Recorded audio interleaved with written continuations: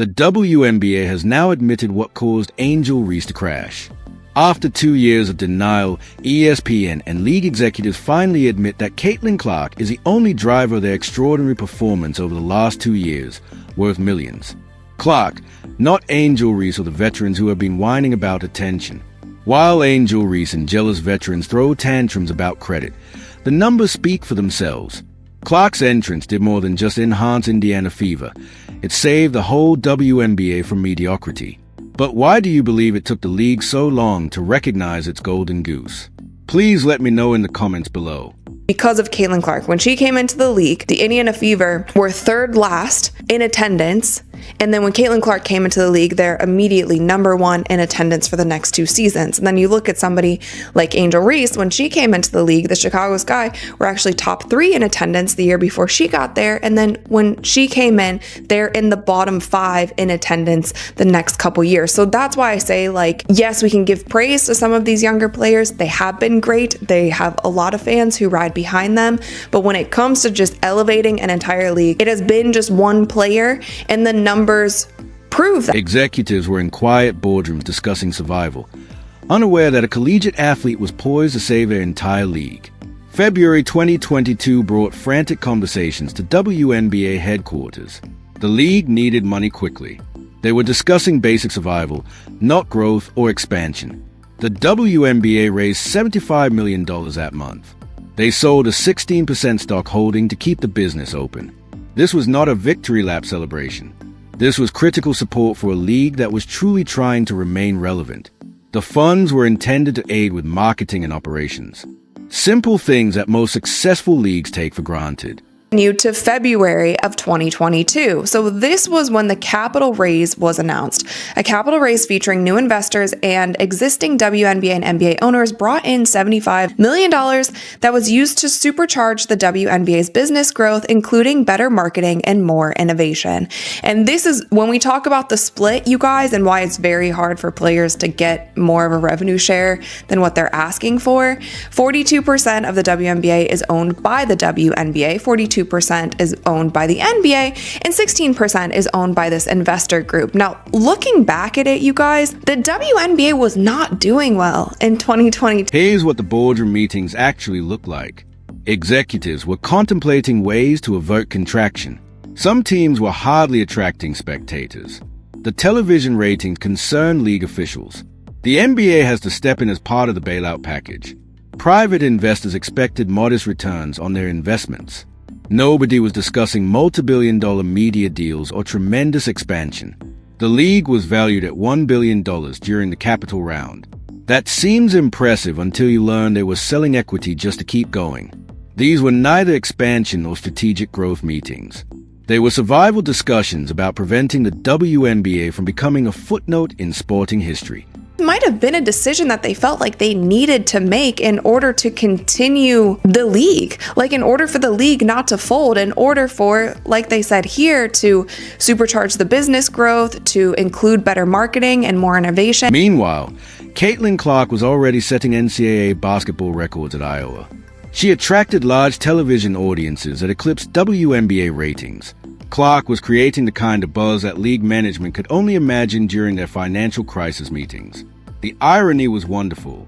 While they planned for basic stability, Clark was laying the groundwork for dramatic expansion. These private investors believed they were investing in a stable but limited sporting property. They anticipated consistent but unimpressive returns over several years. Conservative projections dominated all presentations. The growth targets were modest at best. Nobody expected a collegiate player to fully overhaul their business strategy in under 24 months. The marketing budget negotiations centered on gradual improvements. They intended to reach out to existing basketball fans in a more effective manner.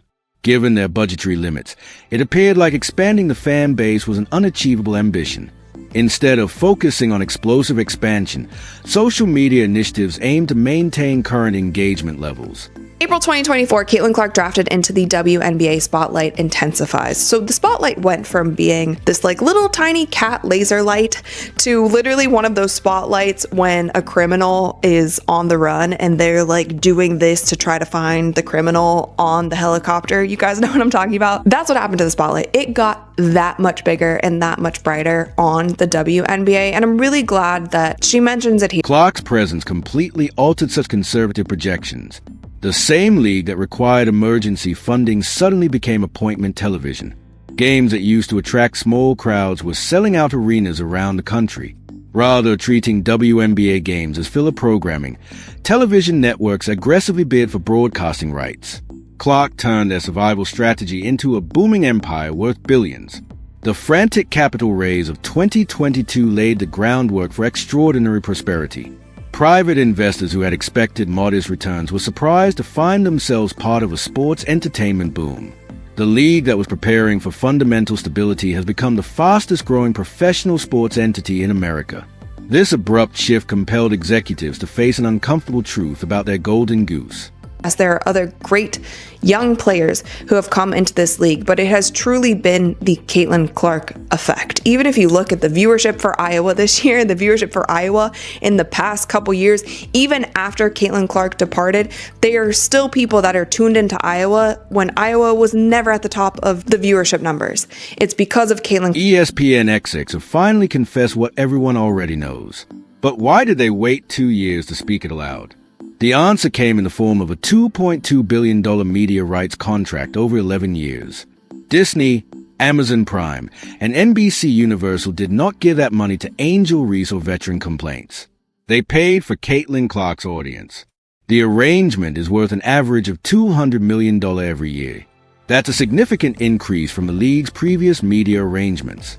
Clark caused a significant increase in viewership and fan engagement, according to network management. They were no longer being subtle about it. Clark's arrival changed the WNBA from a programming afterthought to appointment television that networks want. But this is where things become interesting. Why did league officials spend 2 years avoiding Clark's impact? Several ideas exist to explain the delayed acknowledgement. Some executives were concerned about causing controversy by giving too much credit to one player. Veteran players pushed back against Clark, who was the center of attention. The most significant factor was probably just denial. Admitting that one youngster saved your entire league is hard for executives who have been in charge for decades. It's the Caitlin Clark effect for a reason. And Alexa Philippou says here, she says the fanfare Clark received from college carried over to the WNBA, which saw a historic year in attendance, viewership, and other key metrics. While Clark was a driving force of the sport's rise in popularity, other college stars such as fellow 2024 draftee Angel Reese and more recently 2025 #1 pick Paige Bueckers also brought significant followings to the WNBA. And I will agree, they brought significant followings